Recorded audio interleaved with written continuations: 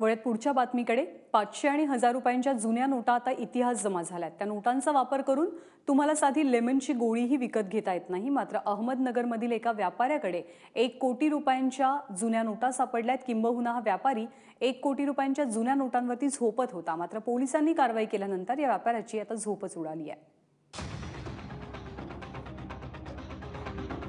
नोटाबंदीला 4 महिने झाले असले तरी सर्वच जुन्या नोटा बँकेत आल्या किंवा नष्ट झाल्या असं नाही।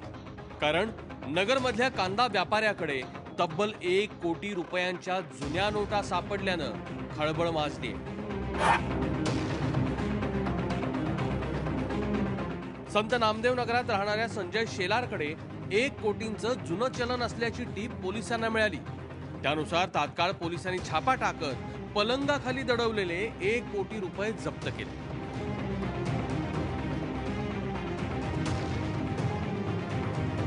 छापा टाकला असता त्यांच्या घरामध्ये पलंगाच्या बाजूस एका काळ्या रंगाच्या पिशवीमध्ये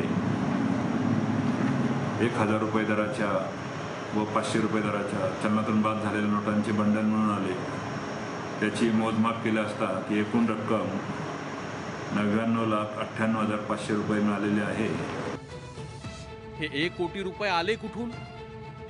व्यापारी संजय शेलारनं ते वेळीच का बदलून घेतले नाही?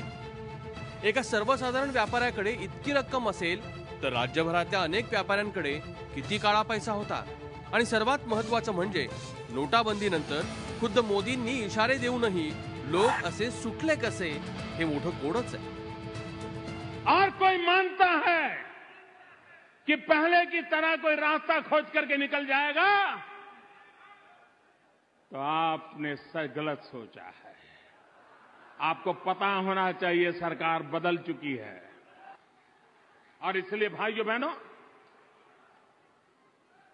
अब जो समय आ रहा है वो बेईमानों की बर्बादी का वक्त प्रारंभ हो रहा है।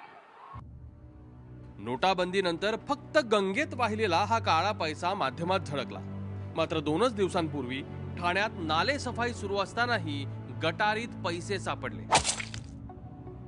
काळा पैसा चलनातून गेला ही बाब समाधानकारक असली तरी अनेक धनिक मात्र या कारवाईच्या कचाट्यातून अलगदपणे सुटलेत हे सुद्धा तेवढंच खरंय। पांडुरंग रायकर, एबीपी माझा, अहमदनगर।